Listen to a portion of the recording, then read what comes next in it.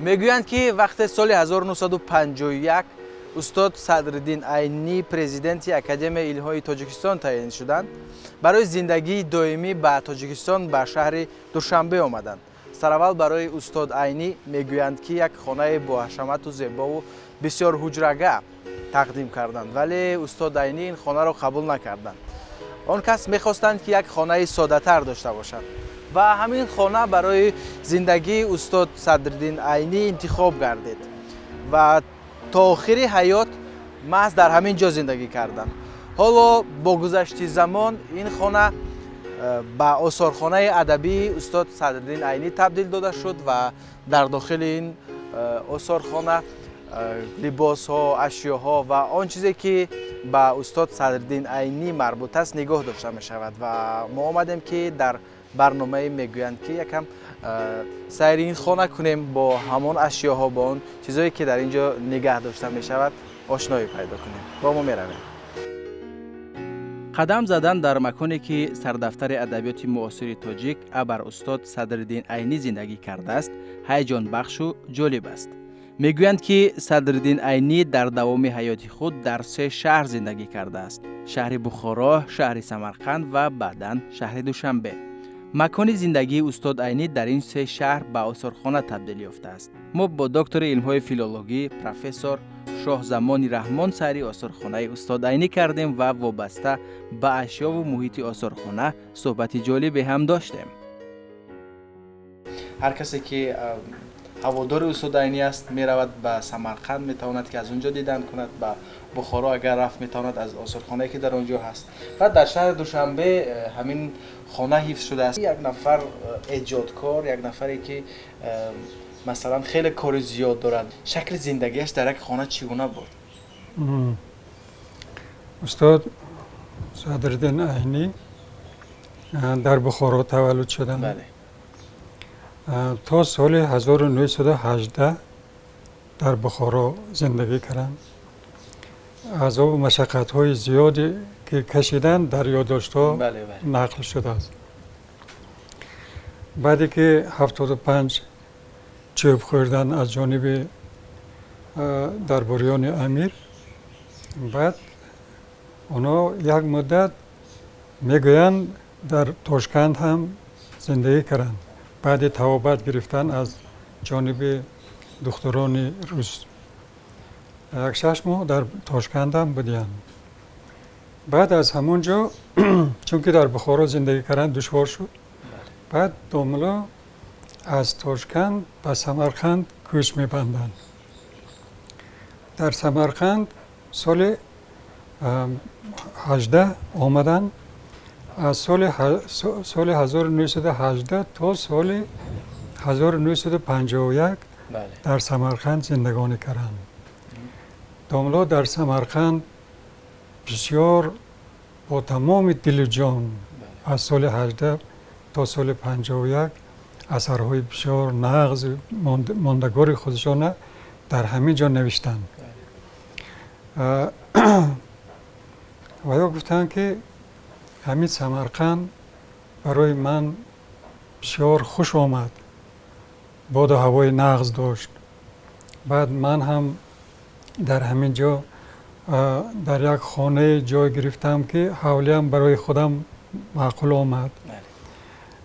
وقتی که من گفتن همین خانه و در سر همین میزی کاریم میشینم، همین حوالی برای خودم معقول است و باد و هوای سمرقند که دماغ پرور است، انا در همین گونه محیط وقتی که من قلم گرفته اثر می نویسم، همین فرشته های معنی خود به خود آمدن می گیرد می گفتند.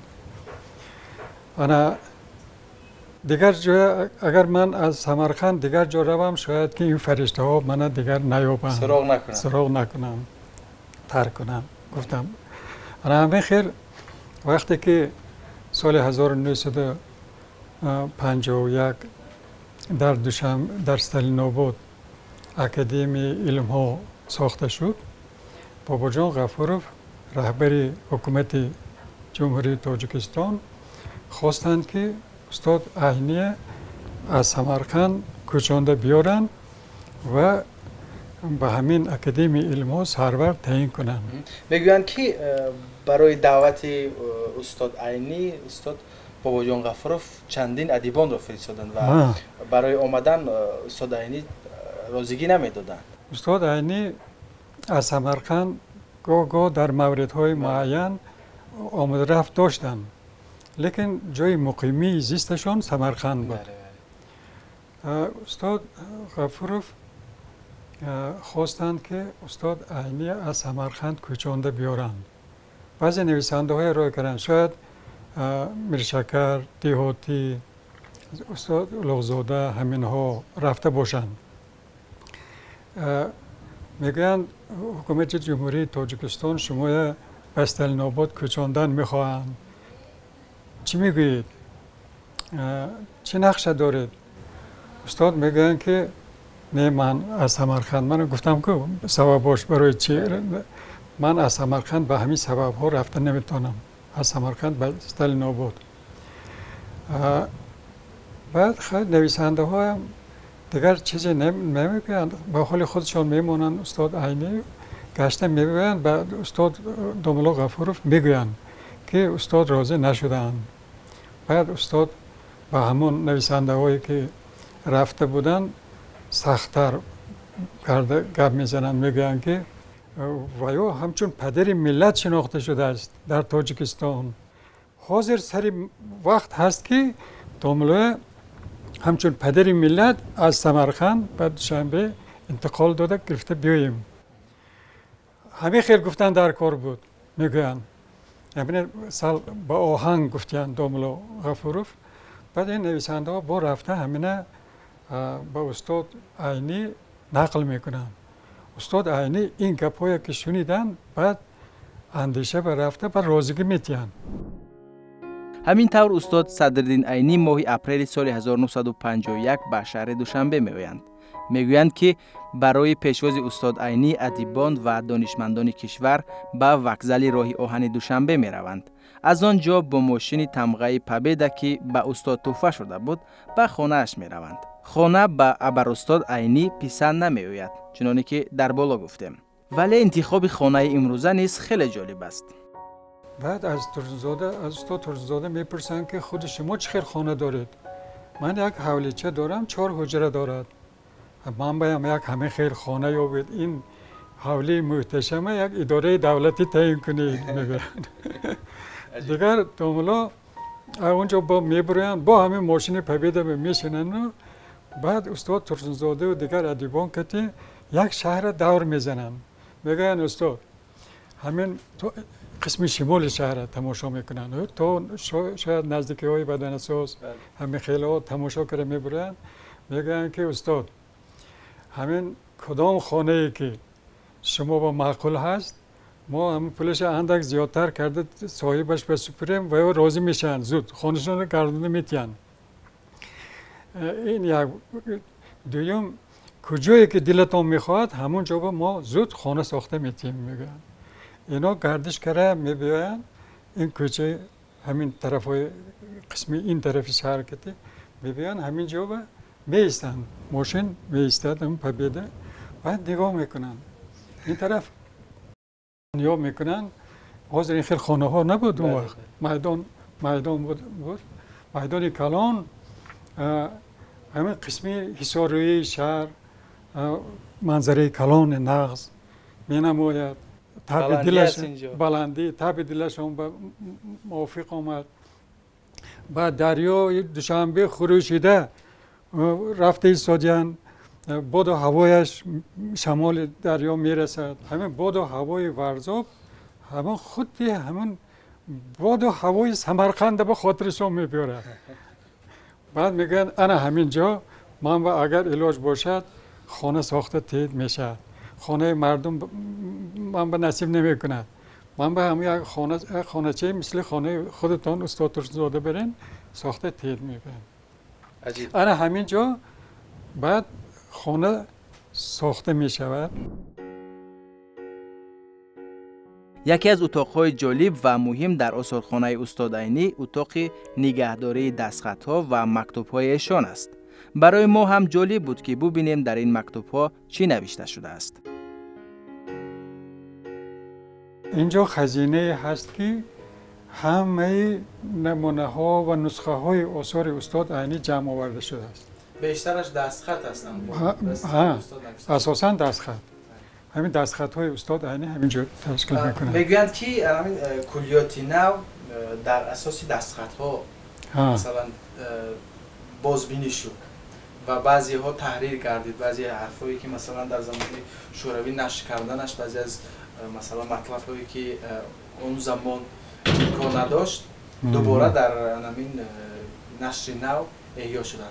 استاد عینی کلیات جلد شعرهاشون من تهیه کردم.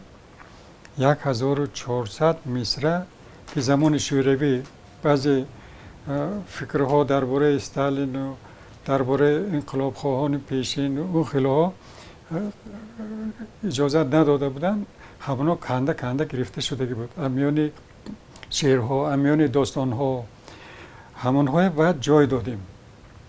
1400 مصرع علاوه شد به همون کتاب شعرهای استاد عینی که به مناسبت 100 سالگی داملا شکوری، استاد رحیم هاشم، داملا منیازوف همینا تهیه کرده بودند. این کتابی نو. انا همین لیکن در همین جا ما یک چیز به خیلی دشواری کشیدیم. استاد عینی 3 دفتر شعرها داشتند. همین 3 دفتر شعرهای آخر عمرشان به گرفته یک بار به سمرقند بردن. مقصد این بود که فرصت یافته یک بار همه کتاب شعرهاشون بازنگری کنند. این دست داد نداد معلوم نیست. همین 3 دفتر شعرهای به مناسبت 100 سالگی شاید همون استادهای که نام گرفتیم همونا استفاده کرده بودند. لیکن بعد همین 3 دفتر شعرها گم شد. پیدا نشدید؟ من در کلیات آثار 22 جلده در قسم شعرها همه قدر زور زدیم، کافتیم، نیافتیم. این صندوق‌هایی که اینجا وجود داشتن 5-6 تاشه کمیسیه کرده کشادیم، لیکن در همون جای هم پیدا نکردیم. دشواری پیش آمد که ما یک بار همون 3 دفتر شعرهای به مطالعه گرفته همین کتاب شعرهای استاد عینی مکمل انجام دهیم، همین نشده ماند.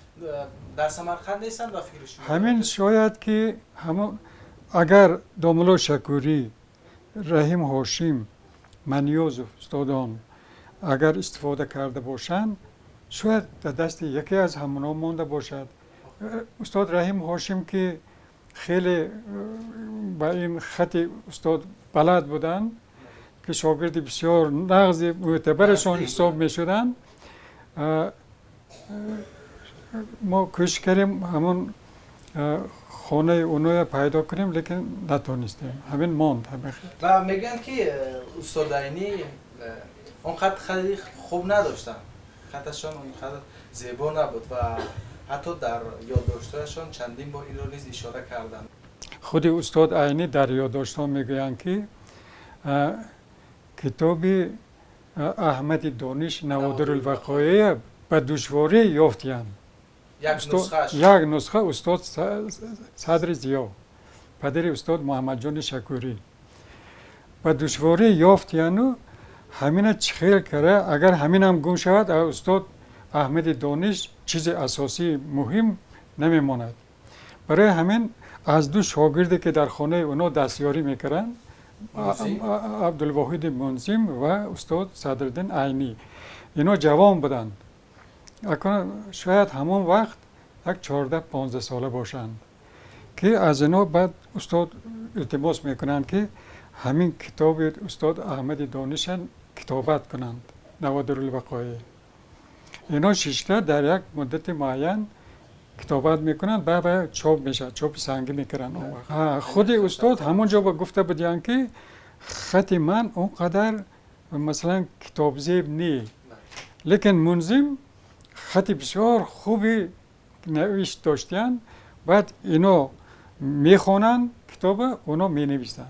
همین خیلی کتابی استاد احمد دانش از طرف هر دو اینا تهیه شده بود. خب ما میتونیم یک از این صندوق‌های این مکتوب‌های استاد عینی در آنجا حفظ شده. خب اینجا مکتوب‌های شخص‌های علاهیده دستخط. خب ببینیم که در داخل این چی هست.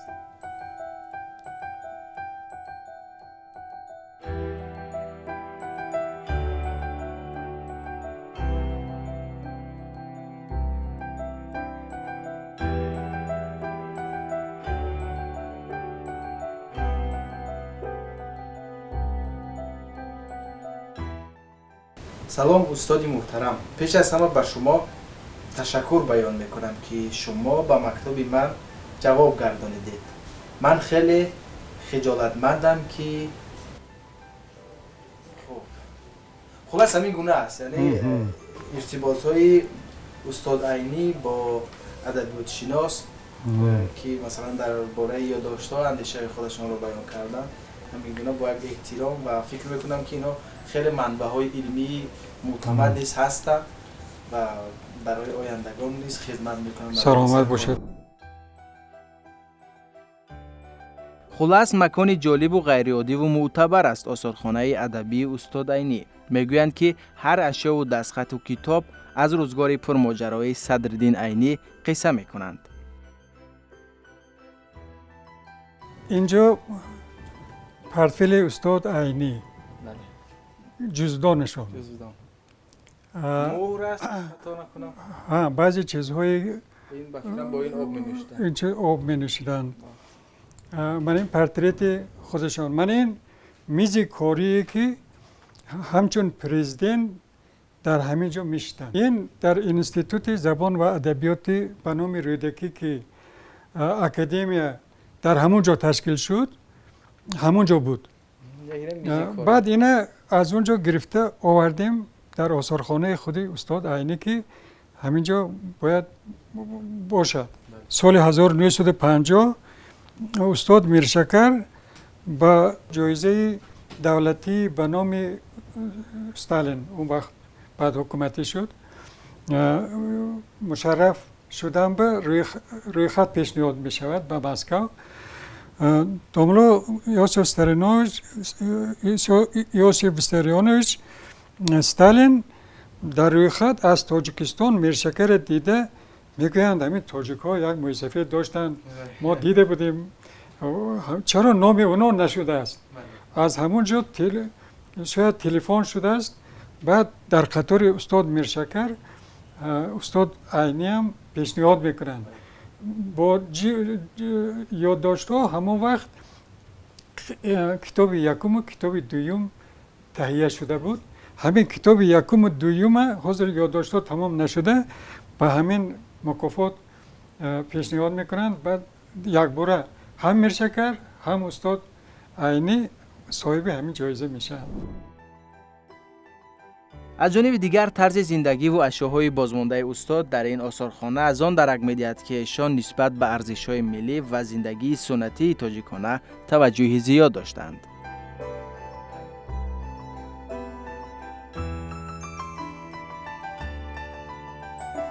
من این ماشینکه‌ای که پیش ما همین نوشته ها ما به همین خیلی ماشینکه ها چاپ میکردیم. اولین دستگاه چاپی که انگلیس مثلا استاد همه وقت به دست می نوشتند اثرهاشونه، لیکن صلاحت بانو همسر استاد عینی کتاب های نوشته استاد تا آنجا که می توانستند به همین ماشینکه چاپ میکردند. همین ماشینکه از همون دستی صلاحت بانو نگهداری شده است تا امروز. اینجا سر و لباس استاد عینی که می پوشیدن در همون زمان زندگی هاشون. استاد عینی تاریخ زنده ملت تاجیک بودند. بنابراین مردم تیز خبرگیری می رفتن، وقتشان می گرفتن. بنابراین هم پشت در نوشته مانده بودن که چی کوشش کنند که من وقتم بسیار نگیرند. اگر باشند وقتهای معین با زنگ زدن یا وقتهای معین اونو با سر و کار کنند، لیکن وقتی نوشتی اونها، وقتی ایجادکاری اونها به ضرر نبیارند، خلال نرسه. بنابراین هم پشت در همین چیزا نوشته ماندگی این بودن. در سمرقند بود. در سمرقند بود این بله. چیز. در همون سمرقند گفتید شما یک لوحه خاطررسان کنیم با عینی، یعنی با لاهوتی. استاد لاهوتی سال 1925 از مسکو با یک دستگاه چاپی به استالیناباد میبیاند. این دستگاه چاپی خودشان در مسکو در همون نشریات ادبیات شرق همین حروفچین شده کار میکردن. بعد همونجا یک دستگاه چاپی گرفته میبیان، یک دستاویز برین برای مردم تاجیکستان. همون بالای سمرقند که آمده استادن، میگویند یک استاد بینم، بعد برآمده رویم استالیناباد. همون کاغام به فرآمده بس نزد استاد عینی میروند. یک نمیدونم همراهش کسی هست که رهبری میکند. میگن من حولی به در آمدیم، استاد عینی در همون درون خانه تالار برین، یک خانه کلام بوده است. این طرف هر کنجاش به غرم کتاب ها ماندگی میگویند. اون کنج به یک غرم، اینجا به یک غرم کتاب، این طرف یک غرم کتاب. همین دستشان به یک دفتر هست، سر این غرم میروند، کتاب میگیرند، قید میکنند، با میروند اون طرف، با این طرف. همین به شدت فکر کرده نوشته گشته نمیخواد. اینا خیلی انتظار میشند که مشاهده میکنند، انتظار میشند که استاد اندک براحت باشند که یک درآمده سلام علیک کنند. این خیلی فرصت نمییابند. بعد زده درآمده با استاد نزدیک شده، بعد سلام علیک میگویند، بعد خودشان شناس میکنند. من ابوالقاسم لاهوتی میگویند. استاد عینی از سال 23 تا سال 25 با یکدیگر در شکل مکتوب ارتباط داشتند. شعرهای بسیار نغز جالب می نوشتند، از دو طرف به هم دیگر جواب می گفتند. چون دیدند که لاهوتی آمده است، مهمان است، همچون برادر هر دوشان یکدیگر اچاق میکنند، آغوش میگیرند. همه خیلی کرده یکدیگر استقبال میگیرند. بعد همون روز در نزد استاد عینی مانده، بعد روز دیگر بعد گشته به استالیناباد میبیاند. انا همین استاد عینی در انا همون ترتیب کارشان در اطراف نمونه ادبیات تاجیک بود. ما یک قسمی لباس های استاد دیدیم. اینجا هم بعضی لباس های استاد نگهداری شده. این همین صندوقی هست که فکر میکنم در همین خانه بود. همون صندوق های قدیمی هست که مردم از آن استفاده می بودن و فکر میکنم حالا هم در خانه بعضی از مردمی تاجیک همیگونه صندوق هست. این صندوقی که لباس می انداختن، لباس می ماندن. این هم همون یکی از تاقی های چارگوله هست که استاد عینی از آن استفاده می بردن و واقعا هم یک رمز است برای مردم تاجیک. میگویند که زندگی استاد عینی برای آیندگان نمونه عبرت است. سردفتر ادبیات نوین تاجیک و قهرمان ملی تاجیکستان صدرالدین سید مرادزاده عینی با آفریده های عالم شمول خود عصرهای عصر چراغ روشن برای مردم تاجیک خواهد بود.